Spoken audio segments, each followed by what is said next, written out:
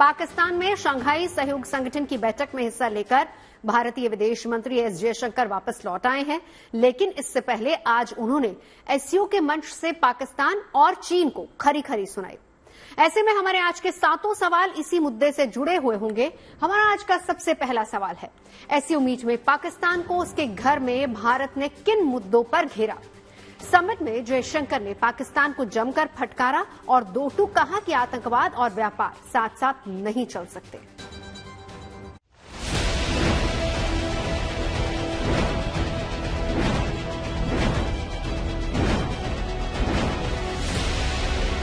पाकिस्तान में जयशंकर का जलवा। एससीओ में जयशंकर की सीधी बात। अलगाववाद, आतंकवाद पर प्रहार। भारत ने खोली पाकिस्तान की पोल। संप्रभुता पर चीन को भी सख्त संदेश। भारतीय विदेश मंत्री एस जयशंकर की पूरी दुनिया में ख्याति खरी खरी सुनाने की है और उनको किसी भी देश को, यहाँ तक कि उसी के देश में और उसी की भाषा में जवाब देने को लेकर भी महारत हासिल है। आज भी जयशंकर ने अपनी प्रतिष्ठा के अनुरूप ही इस्लामाबाद में शंघाई सहयोग संगठन की बैठक में पाकिस्तान के साथ साथ चीन को भी आईना दिखाया। जयशंकर ने आज अपने भाषण में चीन और पाकिस्तान के दोहरे चेहरे की धज्जियां उड़ाकर रख दी। विदेश मंत्री ने पाकिस्तान को 3 बुराइयों का जिक्र करके घेरा। उन्होंने कहा, एससीओ का प्राथमिक लक्ष्य आतंकवाद, अलगाववाद और उग्रवाद का मुकाबला करना है। वर्तमान समय में ये और भी महत्वपूर्ण है। इसके लिए ईमानदार बातचीत, विश्वास, अच्छे पड़ोसी और एससीओ चार्टर के प्रति प्रतिबद्धता की आवश्यकता है। एससीओ को इन 3 बुराइयों का मुकाबला करने में दृढ़ता और समझौता न करने की जरूरत है। उन्होंने याद दिलाया कि एससीओ का जो चार्टर है वो 3 इविल्स की बात करता है, जिनसे कि हमारे प्रति जिनके लिए चैलेंजेस हैं। इसमें है टेररिज्म और एक्सट्रीमिज्म और सेपरेटिज्म। और विदेश मंत्री जी ने साफ साफ कहा कि इन तीनों को जब तक धूल धूसरित नहीं किया जाता है तब तक और विषयों पर प्रगति होने का अनुमान कम किया जा सकता है। आकलन ऐसा नहीं हो सकता। पाकिस्तान के साथ साथ जयशंकर ने चीन को भी संप्रभुता के मुद्दे पर घेरा और एससीओ के मंच से सख्त संदेश दिया। विदेश मंत्री ने चीन पाकिस्तान इकोनॉमिक कॉरिडोर की ओर इशारा करते हुए कहा कि एससीओ के सदस्य देशों का सहयोग परस्पर सम्मान और संप्रभु समानता पर आधारित होना चाहिए। ये जरूरी है कि सभी देश क्षेत्रीय अखंडता और संप्रभुता को मान्यता दें। इसके लिए वास्तविक साझेदारी का निर्माण होना चाहिए, न कि एक पक्षीय एजेंडे पर आगे बढ़ा जाना चाहिए। जयशंकर ने दोनों देशों को दो टूक कहा कि एससीओ के उद्देश्यों को प्राप्त करने के लिए ये जरूरी है कि हम दूसरे देशों के हितों को ध्यान में रखें।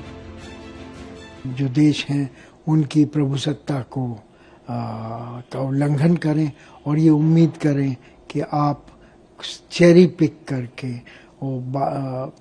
अपनी नीतियां, अपने संबंध सुधार पाएंगे। तो ये उन्होंने बड़े स्पष्ट तौर पर कहा है और प्रासंगिक तौर पर कहा है, क्योंकि इस्लामाबाद में चीन के प्रधानमंत्री और पाकिस्तान जो मेज़बान देश है उनके प्रधानमंत्री के सामने ऐसा कहना भारत की स्पष्टवादिता को दिखाता है। शंघाई सहयोग संगठन की बैठक में मौजूद दूसरे देशों के कई नेताओं के सामने जयशंकर ने पाकिस्तान और चीन को सुनाने के साथ ही पूरी साफगोई से वैश्विक संस्थाओं में रिफॉर्म्स की भी वकालत की। जयशंकर ने संयुक्त राष्ट्र सुरक्षा परिषद को और ज्यादा प्रभावी और जवाबदेह बनाने की भी वकालत की। Bureau report, good news today. Pakistan ही नहीं, जयशंकर के निशाने पर चीन भी रहा।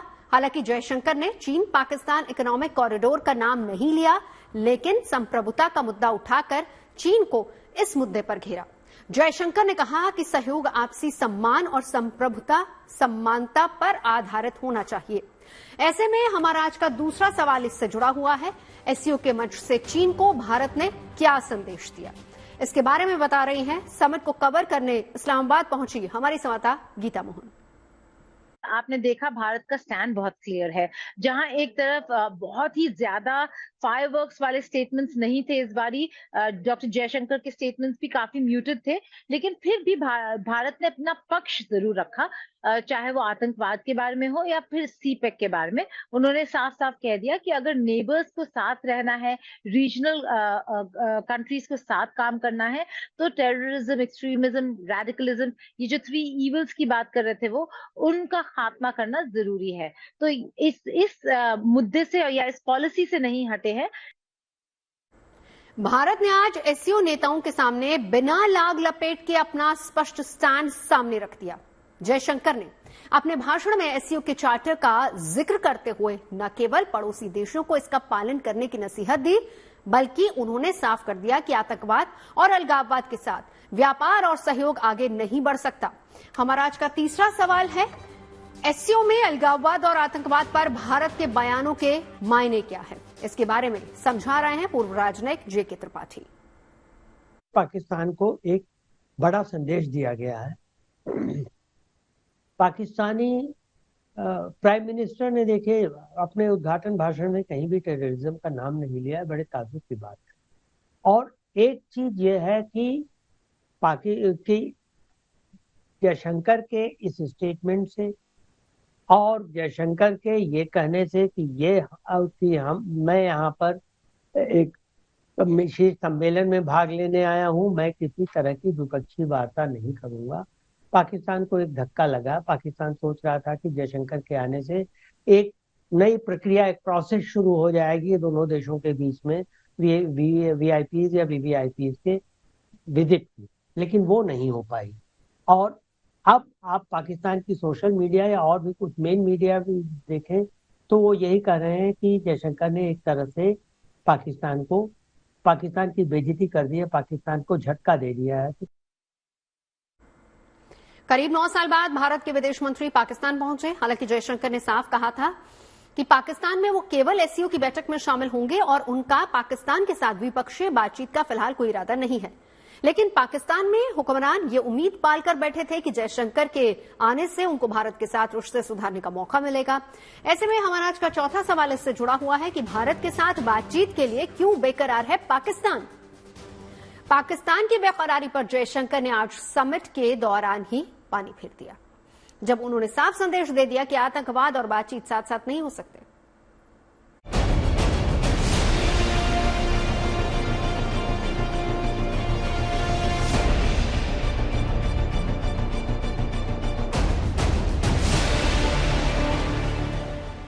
करीब 9 साल के बाद भारतीय विदेश मंत्री कल पाकिस्तान पहुंचे तो उनके स्वागत के लिए पलक पावड़े बिछाए गए।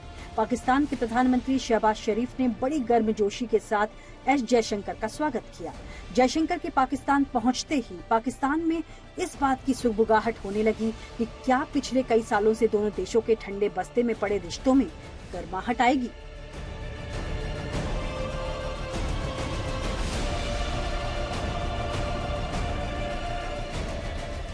हालांकि जयशंकर ने साफ कर दिया था कि पाकिस्तान में उनकी पाकिस्तानी नेताओं के साथ द्विपक्षीय बातचीत की कोई संभावना नहीं है, मगर जयशंकर के पाकिस्तान पहुंचते ही पाकिस्तान में बेचैनी शुरू हो गई और वहां कई नेता भारत और पाकिस्तान के बीच बातचीत की वकालत करने लगे।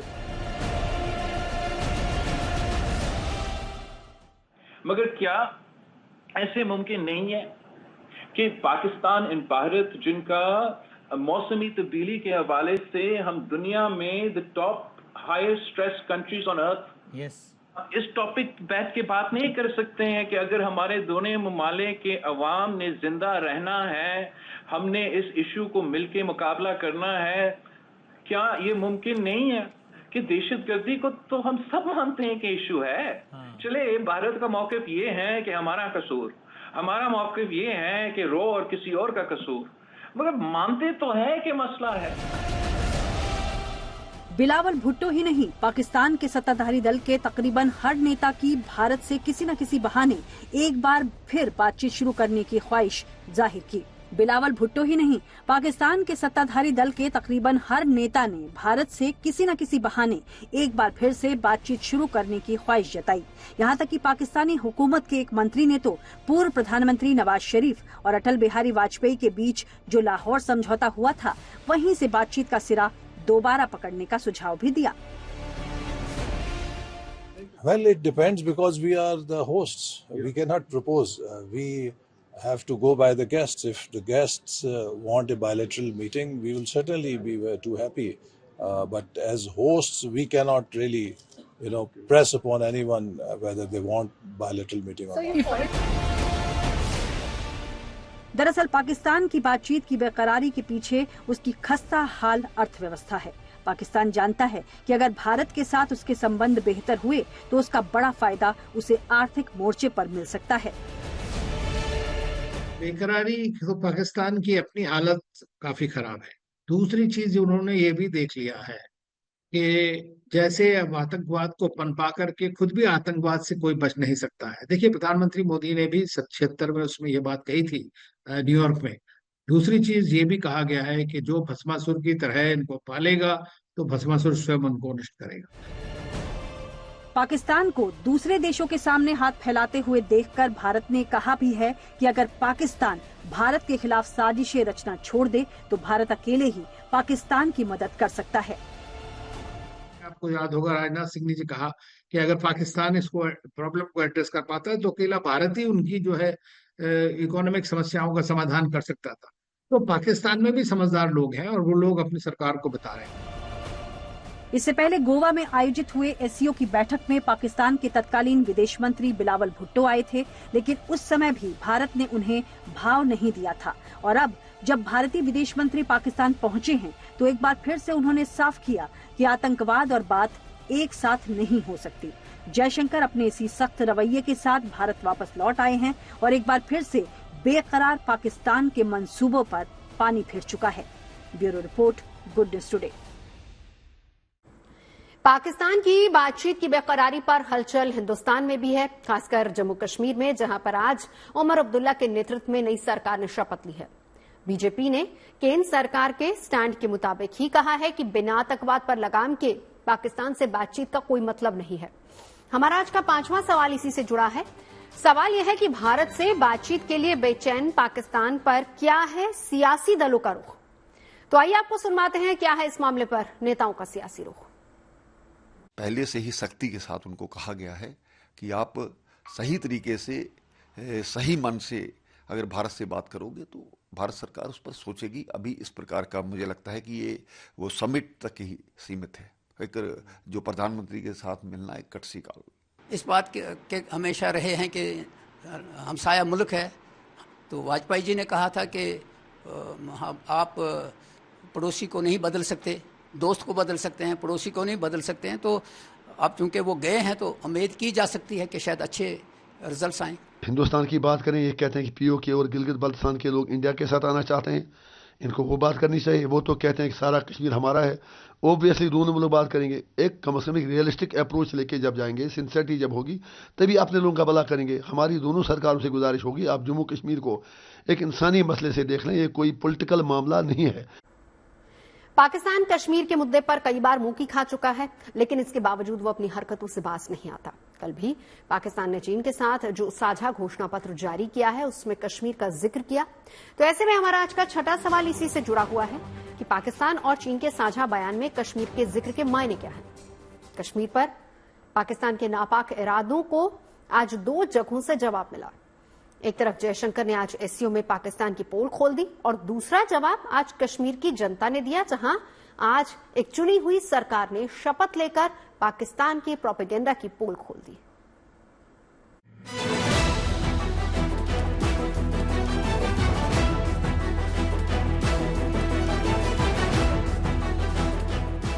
दो दिवसीय एससीओ शिखर सम्मेलन में पाकिस्तान मेजबानी कर दुनिया भर में अपनी छवि सुधारने की कोशिश भी है, लेकिन इस मेजबानी की आड़ में पाकिस्तान कैसे अपने उल्लू सीधा करने की साजिश में जुटा हुआ है, उसकी एक बानगी कल पाकिस्तान और चीन की हुई द्विपक्षीय बातचीत और समझौते में दिखाई दी।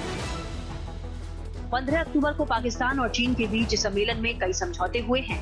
इन समझौतों में चीन ने तकरीबन पाकिस्तान के हर मामले में अपनी दखल बढ़ाने वाली डील साइन की, लेकिन 30 पॉइंट वाले साझा घोषणा पत्र में 25वें नंबर पर जो लिखा था उसे लेकर पाकिस्तान की बदनीयती साफ हो गई है।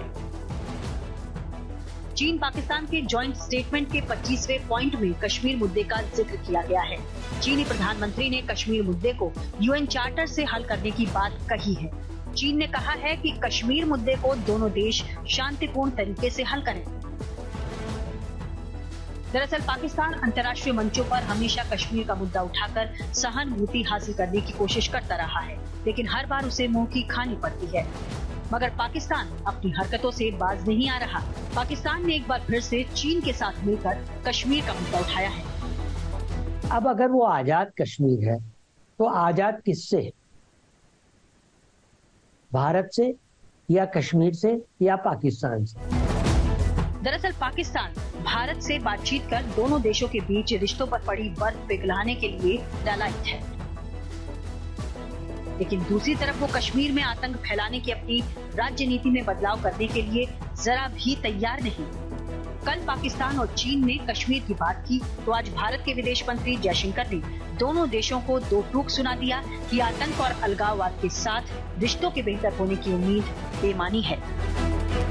डॉक्टर जयशंकर ने जो सच है, हमारा पाकिस्तान के साथ इस वक्त रिश्ते सबसे निम्नतर स्तर पर है और उसका कारण पाकिस्तान का आतंकवाद है भारत के खिलाफ, क्रॉस बॉर्डर टेररिज्म जो वो हमेशा से चलाते आए हैं। उसके अलावा ना उन्हें कोई पछतावा है ना कोई एक्शन लिया है। भारत ने शुरू से कहा है कि terror and talks can not continue, तो वो प्रिंसिपल लगातार लागू है जब तक वो इस बात को नहीं दिखाएगा। दूसरी चीज यह है कि शंघाई कोऑपरेशन ऑर्गेनाइजेशन जो है उसका जो फंडामेंटल प्रिंसिपल है सिक्योरिटी क्या है? सिक्योरिटी है कि टेररिज्म के अगेंस्ट हो। कश्मीर पर पाकिस्तान को आज दोहरा जवाब मिला है। एक तरफ तो उसके घर में ही जयशंकर ने उसको आईना दिखाया है, वहीं दूसरी तरफ पाकिस्तान को जवाब मिला है जम्मू कश्मीर की जनता से, जहां आज नई सरकार ने शपथ ली है और नेशनल कॉन्फ्रेंस के उमर अब्दुल्ला ने मुख्यमंत्री पद की शपथ ली है। ये वही पाकिस्तान है जो 5 अगस्त 2019 के बाद से लगातार एक ही मांग कर रहा था कि दोनों देशों के बीच रिश्ते तभी सामान्य होंगे जब भारत अनुच्छेद 370 हटाने के अपने फैसले को वापस लेगा। लेकिन 6 सालों में ही स्थिति ऐसी हो गई है कि वो भारत के साथ अपने संबंधों को सामान्य करने के लिए गिड़गिड़ा रहा है। लेकिन पाकिस्तान की बदनीयती से पूरी दुनिया वाकिफ है, इसलिए उसे भारत न अभी भाव दे रहा है और न ही उसे आगे भाव देने का संकेत दे रहा है। कश्मीर मुद्दे पर भारत की रणनीति एक ही है। पाकिस्तान से अब बात होगी तो पाकिस्तान के कब्जे वाले कश्मीर को लेकर होगी। Bureau report, good news today. SCO की बैठक में हिस्सा लेने के लिए पाकिस्तान ने प्रधानमंत्री नरेंद्र मोदी को शामिल होने के लिए न्योता भेजा था, लेकिन केंद्र सरकार ने जयशंकर को भेजने का फैसला किया। माना जाता है कि जयशंकर कई मंचों पर चीन और पाकिस्तान को खरी खरी सुना चुके हैं और आज भी उन्होंने ऐसा ही किया। ऐसे में हमारा आज का 7वां सवाल और आखिरी सवाल इसी से जुड़ा हुआ है कि विदेश मंत्री एस जयशंकर के पाकिस्तान दौरे से क्या हासिल हुआ। इसके बारे में समझा रहे पूर्व राजनयिक अनिल त्रिगुणायत। भारत एक इसका अभिन्न अंग है, एससीओ का एक मेंबर है, एक रिस्पॉन्सिबल मेंबर है। सारे सेंट्रल एशियन कंट्रीज जो हैं वो हमारे पार्टनर्स हैं और जो रशिया है, चाइना है, ये सारे कंट्रीज जो मिलकर के जो चैलेंजेस हैं, काफी सारे ग्लोबल चैलेंजेस भी हैं, हेल्थ के बारे में है, एनर्जी के बारे में है, इम्पैक्ट है जो दुनिया का, कनेक्टिविटी के बारे में है, इन सब में सब मिलजुल करके काम कर सकते हैं। लेकिन जो फंडामेंटल इश्यूज हैं, क्योंकि देखिए एससीओ का गठन खास तौर से टेररिज्म वगैरह के बारे में भी हुआ था, एक बड़ा इंपॉर्टेंट है। इसीलिए जो रेट्स एक इंफ्रास्ट्रक्चर है उसके अंदर सारे मुल्क मिलकर के प्रैक्टिस करते हैं, एक्सचेंज करते हैं, इंटेलिजेंस इस तरह की बातें करते हैं, लेकिन एक या दो मुल्क इस तरह का काम करते हैं। इसीलिए वहां पर बात करनी जरूरी है कि कॉन्फिडेंस बायलैटरल नहीं है, मल्टीलेटरल फोरम है, 10 कंट्रीज हैं उसके अंदर और बहुत सारे ऑब्जर्वर्स भी हैं और दूसरे डायलॉग पार्टनर्स भी हैं। तो लेकिन इसलिए ये आवश्यक है, तो भारत जो है इस मंच पर इसको अच्छी तरह मानता है, इसीलिए डॉक्टर जयशंकर वहां पे गए। 7 बजे 7 सवाल में अभी के लिए बस इतना ही। देश और दुनिया की तमाम अच्छी खबरों के लिए आप देखते रहिए गुड न्यूज टुडे।